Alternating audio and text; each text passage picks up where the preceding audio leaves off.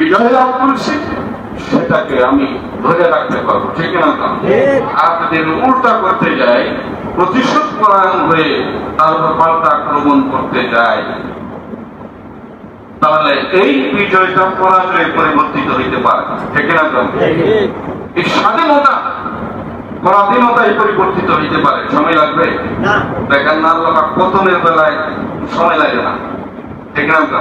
লাগছে সময়, লাগছে কে করছে? আল্লাহ। কে করছে? আল্লাহ। এই জন্য এটা আমি সবসময় বলে আসতেছি, এগুলো নতুন বলতেছেন, নতুন বলি আগের থেকে আজকে যেটা বলার মূল বিষয়, আমরা যে বর্তমান দেশের মধ্যে যে পরিস্থিতি বিরাজ করতেছে এবং বিভিন্ন ধরনের অশান্তি করার চেষ্টা করা হয়েছে, বিভিন্ন ধরনের আপনার পরিবেশকে কলুষিত করা, অশান্ত করা, বিভিন্ন ধরনের ষড়যন্ত্র হইতেছে দেশের মধ্যে, আছে না নাই?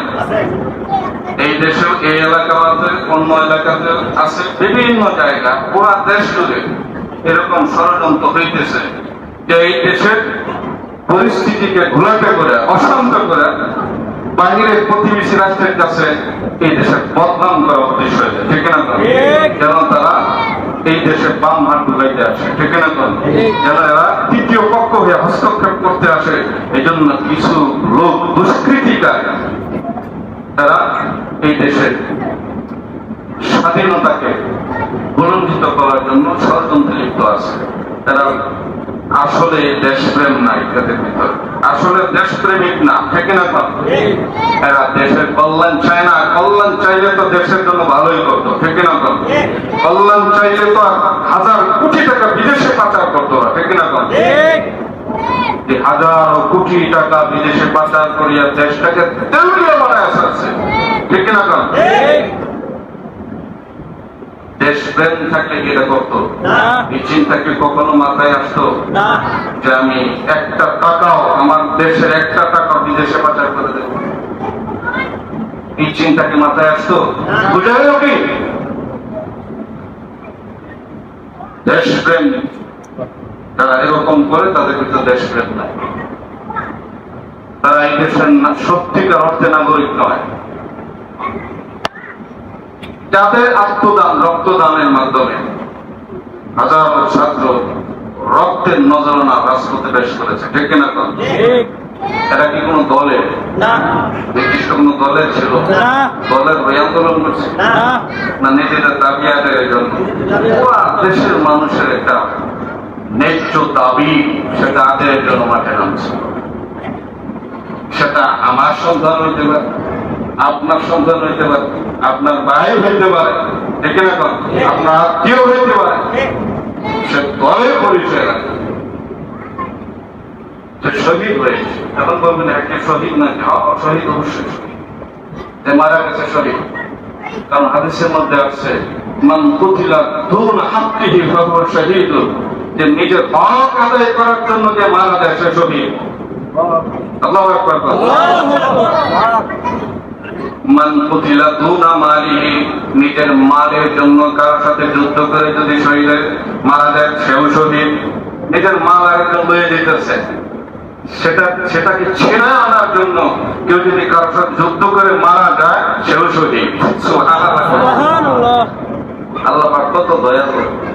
আল্লাহ পাক যদি বলতেন না, শুধু ইসলামের জন্য শুধু যারা যুদ্ধ করে তারাই শহীদ, তাহলে আমাদের জন্য কঠিন হয়ে যেত, ঠিক না? তো এই জন্য আল্লাহ পাক আম ব্যাপক করে দিচ্ছেন, সহজ ওপেন করে দিচ্ছেন যে এখন থেকে যারা নিজের অধিকার আদায়ের জন্য মারা যায় সেও শহীদ, দাবি আদায়ের জন্য মারা যায় সেও শহীদ, নিজের মালকে রক্ষা করবার জন্য মারা যায় সেও শহীদ।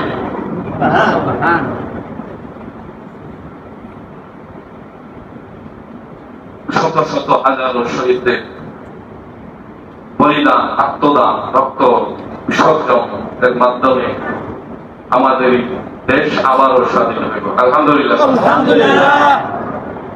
ছাত্ররা পারে না এরকম কোন জিনিস নাই, ঠিক না? দেখা যাচ্ছে কিনা 90 গণ অভ্যুত্থান, ছাত্র আন্দোলনের স্বৈরাচার এর সাথে পতন হয়েছিল, ঠিক না? 69 গণঅভ্যুত্থান, 70 গণঅভ্যুত্থান, স্বৈরাচারীদের পতন হয়েছিল, ঠিক না? যুগে যুগে। এই জন্য শ্রম, অহংকার, ভয় এবং দম্ভ, দাম্ভিকতা এগুলি মানুষের শত্রু। এটাকেই অহংকার করা, এটা আমার শত্রু। আমি যদি অহংকার করি, এটা আমারই শত্রু, কারণ এই অহংকার আমাকে প্রথম ডুবাই দেবে, ঠিক কিনা? ক্ষমতার বড়াই, দাম্ভিকতা, দম্ভ এটা আমার শত্রু, এটা আমাকে ডুবাই দেবে, ঠিক কিনা? ডুবাইয়ের সাথে এই জন্য সর্বদাই সদয় হওয়া, বিনয়ী হওয়া, নত হওয়া, ঠিক কিনা? তাহলে ক্ষমতা স্থায়ী হওয়া, এই সাফি হওয়া, বৈষম্য না করা, ঠিক না? বোঝা নাই কথা? এই বৈষম্য নিয়ে আন্দোলনটা, ঠিক না? বৈষম্য, যে তারে না এলে তারে আমি আগে আনবো, সে আত্মীয়, তারে চাকরি দিব, তারে উপরের পদে ওঠামো, তারে প্রমোশন দিব, সে আমার কেউ না, তারে কেন ওঠাবো? আছে না? এটার নাম হলো বৈষম্য। এটার নাম কি? বৈষম্য। এটার বিরুদ্ধেই তো ছাত্র নাম ছিল, না অন্য কিছুর জন্য নামছে?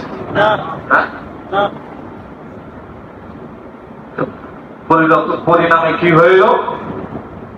তাদেরকে তাদের সামনে দাঁড়াইল তাদের প্রতিপক্ষ হিসাবে, যেখানে রাষ্ট্রপ্রধান মানুষের গার্জিয়ান, মানুষের অভিভাবক, মানুষের সুখে দুঃখে যে মানুষের পাশে দাঁড়াবে, সেই রাষ্ট্রপ্রধান প্রতিপক্ষ হয়ে গেছে, শত্রু হইয়া বলে বন্দুক নিয়ে সামনে দাঁড়াইছে। দাবি করবি তো একদম বুক ফোটা করে দেবো, ঠিক না? ইসলাম এটা শিক্ষা দেয় নাই। ইসলাম এটা শিক্ষা দেয় নাই।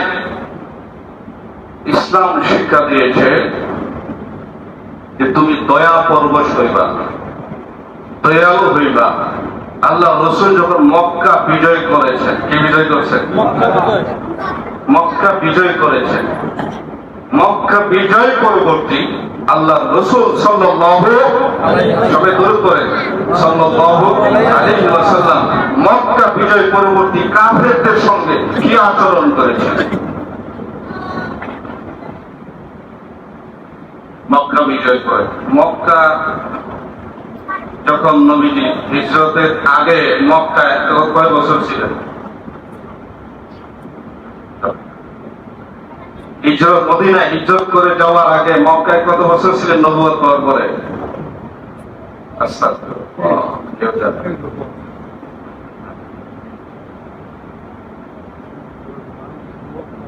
নবুয়ত পাওয়ার পরে নবীজি কত বছর বেঁচে ছিলেন? এটাও পারেন 23 বছর। মক্কায় কথা কম, মক্কায় কত বছর? 13 বছর। আমরা মুসলমান তো দাবি করে বয়ে গেছি, মুসলমান তো দাবি করে বয়ে গেছি। আমরা কোরআন প্রেমী মুসলমান, মুসলমান রাসূলের উম্মত বলে তো দাবি করে বয়ে গেছি, কিন্তু এটা জানি না আমার নবী হিজরতের আগে মদিনায় মক্কায় কত বছর ছিলেন, জানি না, কেউই জানি না। নির্লজ্জ আমাদের জন্য একটা লজ্জার বিষয়। এগুলি কখনো জানার চেষ্টা করেছেন? কখনো শেখার চেষ্টা করছেন? আসছেন কোনদিন মসজিদে? আসেন তো নিজের পেটের দান্দায়, মরতে তো একদিন হবে, তখন রসুলের চেহারা দেখলে তার কেমনে চিনবেন? আফসোস করেন নিজের উপর, একটু শরম বোধ করে এই জিনিসটা পারলেন না। একজন হিন্দুকে জিজ্ঞেস করে বলতে পারবে, কারণ সে রিসার্চ করে ইসলাম ধর্ম। তো খ্রিস্টানকে জিজ্ঞেস করলে আল্লাহ রসুল সম্পর্কে অনেক কিছু বলে দিবে। একজন ইহুদিকে জিজ্ঞেস করলে সেও আল্লাহ রসুল সম্পর্কে অনেক তথ্য বলে দিবে।